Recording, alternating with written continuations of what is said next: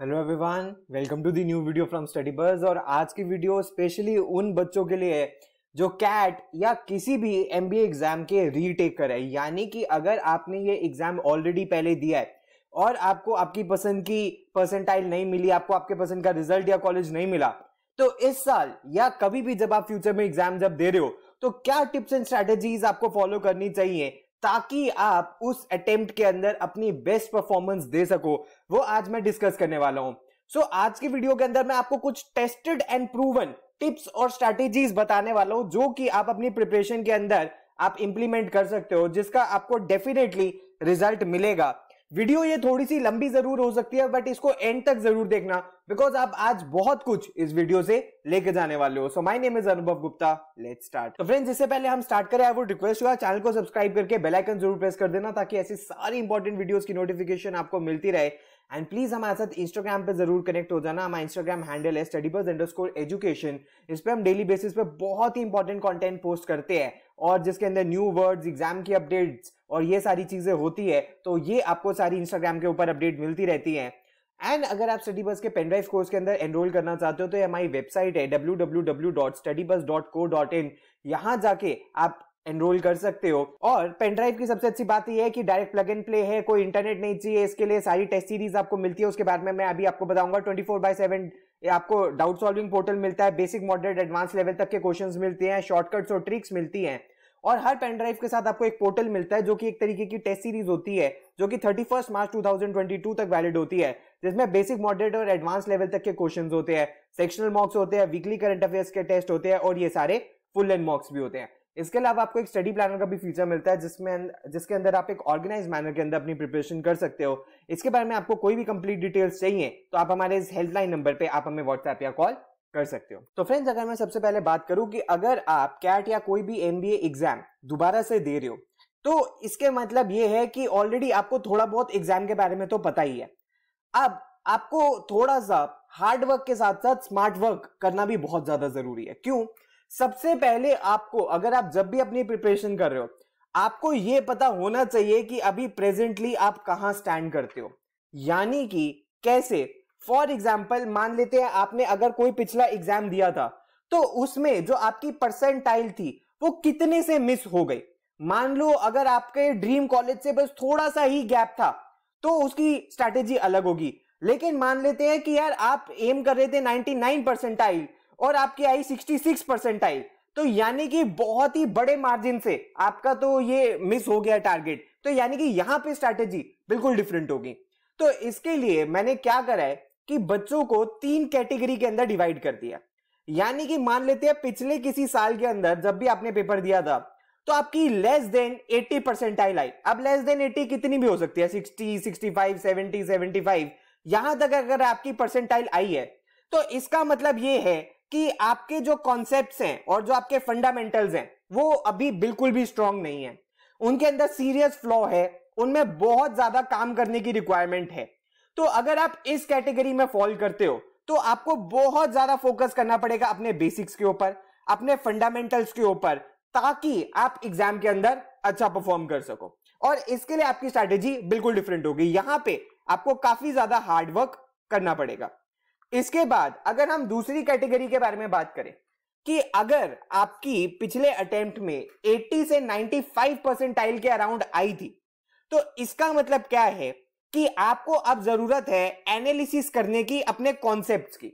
अब analysis of the concepts का क्या मतलब है कि what you need is an analysis of your concept so that you are aware कि आपकी स्ट्रेंथ्स क्या है और आपकी वीकनेसेस क्या है, ताकि आप उन्हीं पे अकॉर्डिंगली वर्क कर सको। फॉर एग्जाम्पल, अगर मैं एक क्वांट के बारे में बात करूं तो मान लेते हैं कि आपका अरिथमेटिक तो स्ट्रांग है लेकिन जो आपको प्रॉब्लम आती है वो ज्योमेट्री में आती है। तो आप अरिथमेटिक पे तो प्रैक्टिस करोगे ही करोगे, लेकिन ज्यादा मेहनत आपको ज्योमेट्री पे करनी है क्योंकि ये आपकी वीकनेस है। आपको इसको स्ट्रांग करना है जब तक आपके पास टाइम है।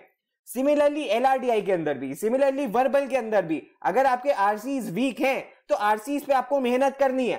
एंड इन केस अगर आपकी 95 परसेंटाइल से ज्यादा आई थी और आपको आपके पसंद का कॉलेज नहीं मिला तो इसके लिए क्या स्ट्रैटेजी है कि आपको बहुत ज्यादा भाई अब तो प्रैक्टिस करनी है। और इसके अंदर क्या है कि आपको क्वेश्चन से ज्यादा अपनी स्ट्रैटेजी के ऊपर फोकस करना है कि टेस्ट टेकिंग स्ट्रैटेजी को आप कैसे अपनी चेंज कर सकते हो ताकि आपको आपकी ड्रीम परसेंटाइल मिल जाए। इसके अंदर बस छोटे मोटे आपको चेंजेस करने हैं और आप 95 से 99 के ऊपर जा सकते हो, प्रोवाइडेड आप रेगुलरली मॉक्स देते रहो और उसका एनालिसिस करते रहो। वो मैं आगे आपको वीडियो के अंदर भी बताऊंगा।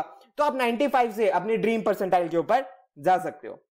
अगर फ्रेंड्स मैं बात करूं कि अब सेकंड चीज हमें क्या करनी है कि हमें एनालिसिस करना है परफॉर्मेंस का अक्रॉस सेक्शंस। कैसे? इसको आपने बहुत बार कई बार सुना भी होगा कि यार मेरा पूरा सेक्शन ही स्क्रू अप हो गया। हमने बहुत बार बच्चों से बात करी और वो कहते हैं कि सर क्वांट में बहुत अच्छा परफॉर्म किया, फॉर एग्जांपल 98 परसेंटाइल क्वांट में आ गई, एलआरडीआई में भी 96 परसेंटाइल आ गई, वीआरसी में मेरी सिर्फ 70 परसेंटाइल आई, मेरा पूरा का पूरा स्कोर ही खराब हो गया। या कई बार होता है क्वांट में बच्चों की बहुत अच्छी आ जाती है, 99 आ जाती है, वीआरसी के अंदर 95 आ जाती है, एलआरडीआई के अंदर सिर्फ और सिर्फ 75 रह गई, तो फिर भी स्कोर स्क्रू अप हो गया।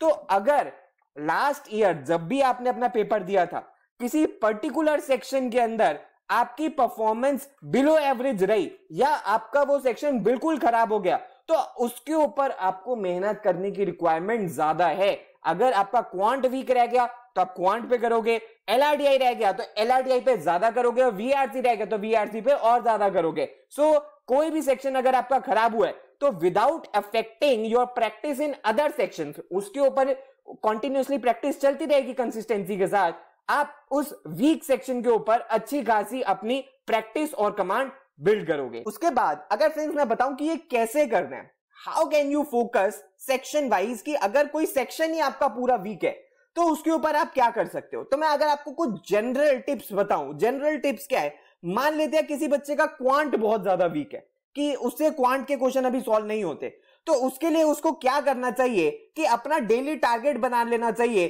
कि मैं daily minimum to minimum 40 to 50 questions तो प्रैक्टिस करूंगा ही करूंगा क्वांट के।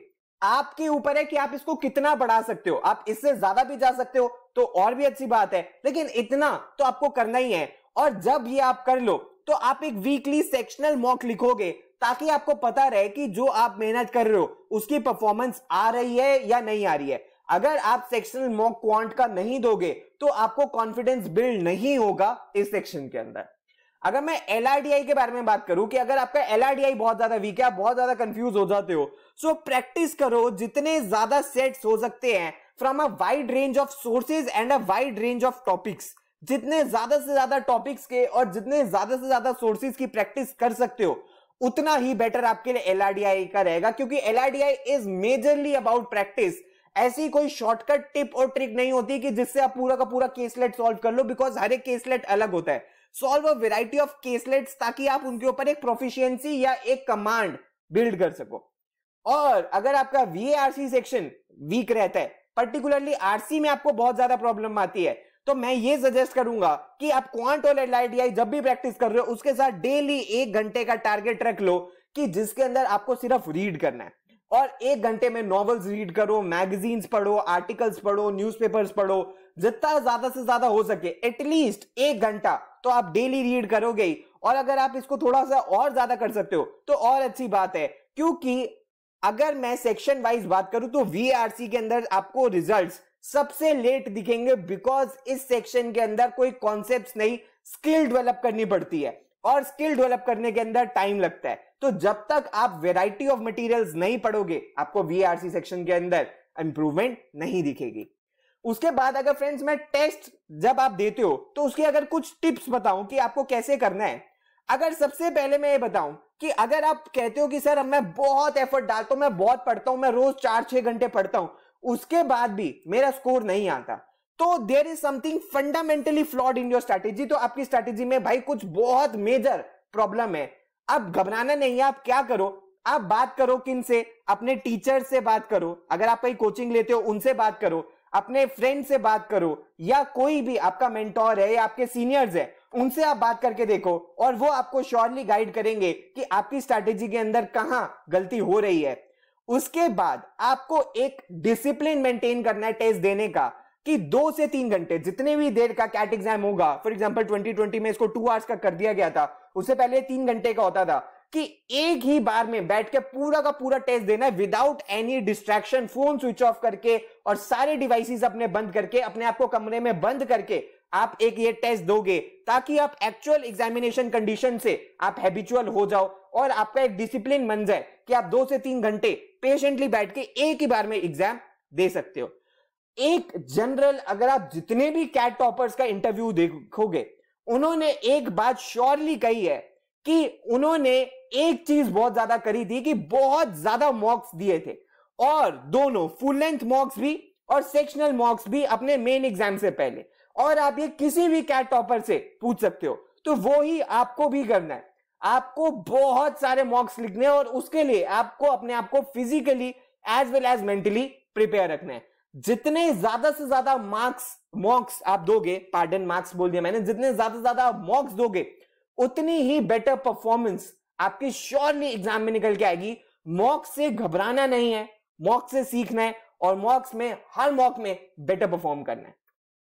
लेकिन क्या मॉक दे दिया तो बस हो गया? नहीं, मॉक देने के बाद बहुत ज्यादा जरूरी है उसका एनालिसिस करना। और मैं आपको 4 पॉइंट में बहुत सिंपली समझा देता हूं कि एनालिसिस कैसे करना है। अगर मैं आपको एक जनरली एक बात बताऊं तो कोई भी मॉक अगर आप उठा लो, उसके अंदर आपको इजी क्वेश्चंस भी मिलेंगे, मॉडरेट क्वेश्चंस भी मिलेंगे और हार्ड क्वेश्चंस भी मिलेंगे। हाँ, नंबर ऑफ क्वेश्चंस वेरी कर सकते हैं, किसी में इजी ज्यादा हो, किसी में इजी बहुत कम हो, मॉडरेट ज्यादा हो, मॉडरेट बहुत ही कम हो। तो ट्रिक यही है कि आपको इजी से मॉडरेट क्वेश्चंस पिक करने हैं, क्योंकि उनकी भी सेम वेटेज होती है जितनी हार्ड क्वेश्चंस की वेटेज होती है। तो कोई हार्ड क्वेश्चन करने के आपको एक्स्ट्रा मार्क्स तो मिलने नहीं वाले। तो आपके लिए सबसे इंपॉर्टेंट ये है कि जब भी आप फर्स्ट टाइम एग्जाम कर रहे हो तो आपको इजी से मॉडरेट क्वेश्चंस पिक करने हैं, ताकि आप अपना स्कोर मैक्सिमाइज कर सको। उसके बाद किसी भी पर्टिकुलर क्वेश्चन से टसल में नहीं पढ़ना है। फॉर एग्जांपल, आपने ज्योमेट्री बहुत अच्छे से पढ़ लिया और ज्योमेट्री का एक क्वेश्चन आ गया बहुत ही लेंदी, और आपको लगा कि यार ज्योमेट्री तो मैंने पूरा पढ़ लिया और ये क्वेश्चन तो मैं करके रहूंगा, और आपको पता लगे आपने 4-5 मिनट्स उस क्वेश्चन के ऊपर या 3-4 मिनट्स वेस्ट कर दिए, तो कोई पॉइंट नहीं हुआ। क्वेश्चन गलत करने से ज्यादा बहुत बड़ा रिग्रेट बच्चों को उनको रहता है कि जो इन्होंने एक ही क्वेश्चन के ऊपर बहुत ज्यादा टाइम वेस्ट कर दिया। तो इसीलिए आपको अपना टाइम मैनेज करना बहुत जरूरी है। आपको किसी भी क्वेश्चन पे टसल नहीं करनी है, नहीं हो रहा छोड़ के आगे बढ़ो। एंड एक बार एग्जाम आपने सबमिट कर दिया, उसके बाद 1-2 घंटे उसके रिजल्ट के ऊपर लगाओ और ये फाइंड आउट करने की कोशिश करो कि क्या आप right set of questions pick कर पाए या नहीं कर पाए, या क्या आपने मिस्टेक करी उन कॉन्सेप्ट्स में जो आपको ऑलरेडी पता है, और कौन कौन से कॉन्सेप्ट्स अभी बचे हैं जो आपको और प्रैक्टिस करनी है। और जब आप ये कर रहे हो तो आई वुड श्योरली सजेस्ट कि आप इसके नोट्स बनाते रहो कि ये मैंने गलतियां करी, इन कॉन्सेप्ट्स में मैंने गलतियां करी, और उनके फटाफट आप नोट्स बना लो और नेक्स्ट मॉक से पहले आप उसको रिवाइज कर लो कि मुझे ये सारी मिस्टेक्स नहीं करनी है, एंड सी वो सारी मिस्टेक्स आपकी नेक्स्ट मॉक के अंदर ना हो। ये एक स्मार्ट तरीका है प्रिपेयर करने का। अगर आप सिर्फ और सिर्फ हार्ड वर्क करते रहोगे तो शायद आपको रिजल्ट ना मिले। आपको हार्ड वर्क के साथ साथ स्मार्ट वर्क भी करना है। एंड लास्ट चीज जो आपको अपने माइंड के अंदर रखनी है, सबसे पहले कि अगर आप कैट एग्जाम के लिए किसी भी एमबीए एग्जाम के अंदर जा रहे हो, सो आपको क्या करना है, you need to ignore your preferences and invest more time in your weaknesses जब आप प्रिपेयर कर रहे हो, ताकि आप उनके ऊपर एक कमांड बना सको, जो कि मैंने आपको पहले ही बता दिया है। ऐसा ना हो कि आप रिपीट अटेम्प्ट में जा रहे हो तो आप फिर दोबारा वो ही सब्जेक्ट्स पढ़ते रहो जिनको आप एंजॉय करते हो। कैट में रिजल्ट सारे के सारे सेक्शंस को कंबाइन करके आता है। एक पर्टिकुलर सेक्शन में अगर आपकी 100% आ गई और बाकी के 2 सेक्शंस के अंदर अच्छी परफॉर्मेंस नहीं आई, तो आपको आपके ड्रीम कॉलेजेस नहीं मिलेंगे। तो वीकनेसेस के ऊपर बहुत ज्यादा वर्क करना है। उसके बाद जो एक मिस्टेक बच्चे बहुत ज्यादा करते हैं वो ये कि वो कंसिस्टेंट नहीं होते अपनी प्रिपरेशन के अंदर। जब स्टार्ट करते हैं तो बहुत मोटिवेटेड होते हैं, फिर कुछ वीक्स के बाद उनको लगता है कि यार अब हमसे नहीं हो रहा है, और फिर कुछ वीक्स के बाद रियलाइज होता है कि हाँ हम फिर से ट्राई करते हैं, और जब तक उनको ये रियलाइजेशन होती है एक कंसिडरेबल पीरियड ऑफ टाइम निकल चुका होता है। तो इसलिए बहुत ज्यादा जरूरी है कि अपनी मोटिवेशन लेवल खुद ही मेंटेन करके अपनी प्रिपरेशन में कंसिस्टेंसी रखो, टाइम टेबल मेंटेन करके अपना डेली और वीकली टारगेट अचीव करने की कोशिश करो। उसके बाद एक चीज जिसकी वजह से कैट को एक डिफिकल्ट एग्जाम माना जाता है वो ये नहीं है कि क्वेश्चंस बहुत ज्यादा डिफिकल्ट होते हैं। एक चीज जो कैट एग्जाम को चैलेंजिंग बना देती है, मैं डिफिकल्ट से ज्यादा इसको चैलेंजिंग बोलूंगा, कि वो है कि एक सीवियर टाइम कंस्ट्रेंट है। अगर यही क्वेश्चंस आपको बिना किसी टाइम लिमिट के दे दिए जाएं तो श्योरली आप मैक्सिमम क्वेश्चन सॉल्व कर लोगे। तो आपको इसके लिए क्या करना है, तो जब भी आप अपना स्टडी शेड्यूल बना रहे हो तो आपको एम्फेसाइज करना है टेस्ट पेसिंग के ऊपर कि मैं अपने मेरी जो टाइम लिमिट है उसी के अंदर कितना मैक्सिमम परफॉर्म कर सकता हूं ताकि मेरी एक परफॉर्मेंस निकल कर आए। सो टाइम कंस्ट्रेंट से घबराना नहीं है, टाइम कंस्ट्रेंट को एक रेस मान के उससे लड़ना है। एंड लास्ट, अगर आपको स्ट्रेस होता है, ठीक है, अगर आपको लगता है सर मैं तो बहुत स्ट्रेस हो रहा हूं, मुझसे पढ़ाई करके मुझसे और पढ़ाई नहीं हो रही है, तो मैं आपसे आपको एक चीज बताना चाहूंगा कि कोशिश करो प्रैक्टिस करने की अंडर सिम्युलेटेड कंडीशंस। कैसे? कई बार बच्चे जब पेपर देने जाते हैं तो बहुत ज्यादा घबरा जाते हैं, सर मैं तो एक्चुअली वहां पे परफॉर्म ही नहीं कर पाया, मैं तो पेपर देख के बहुत ज्यादा घबरा गया या मैं तो पैनिक कर गया। तो इसीलिए बहुत ज्यादा जरूरी है कि वैसी ही कंडीशंस के अंदर आप टेस्ट दो अपने घर के अंदर भी, उसी टाइम लिमिट के अंदर, इतने डिसिप्लिन के साथ, ताकि आप यूज टू हो जाओ उस प्रेशर को फील करने के लिए। Because this pressure is the first step towards your dream college and dream percentile. जो बच्चा इस स्ट्रेस लेवल को मेंटेन करके, स्ट्रेस लेवल से लड़के और अच्छा सा परफॉर्म कर देगा, वो अपनी ड्रीम परसेंटाइल पाके अपने ड्रीम कॉलेज के अंदर चला जाएगा। जो इस स्ट्रेस लेवल से हार के क्विट कर देगा, उसको उसका कभी भी ड्रीम कॉलेज और ड्रीम परसेंटाइल नहीं मिलने वाली। तो इस स्ट्रेस लेवल को आपको घबराना नहीं है, इन स्ट्रेस लेवल से आपको सीखना है कि मैं अंडर प्रेशर कैसे परफॉर्म करूंगा। तो फ्रेंड्स, ये सब कुछ थी कुछ बहुत इंपॉर्टेंट टिप्स उन बच्चों के लिए जो रीटेक दे रहे हैं कैट एग्जाम का। अगर पसंद आई हो तो यार वीडियो को लाइक जरूर कर देना, अपने सारे फ्रेंड्स के साथ जरूर शेयर करना जो कैट का रिपीट अटेम्प्ट दे रहे हैं, ताकि हमें भी मोटिवेशन मिलती रहे, हम भी बेस्ट कंटेंट आपको लाके देते रहे। और प्लीज हमारे साथ इंस्टाग्राम पे जरूर कनेक्ट हो जाना। अगर आपको पेनड्राइव कोर्स ऑर्डर करनी है तो हमारी वेबसाइट है, और अगर आपकी कोई डाउट या क्वेरी है तो आप हमें व्हाट्सएप या ईमेल भी कर सकते हो।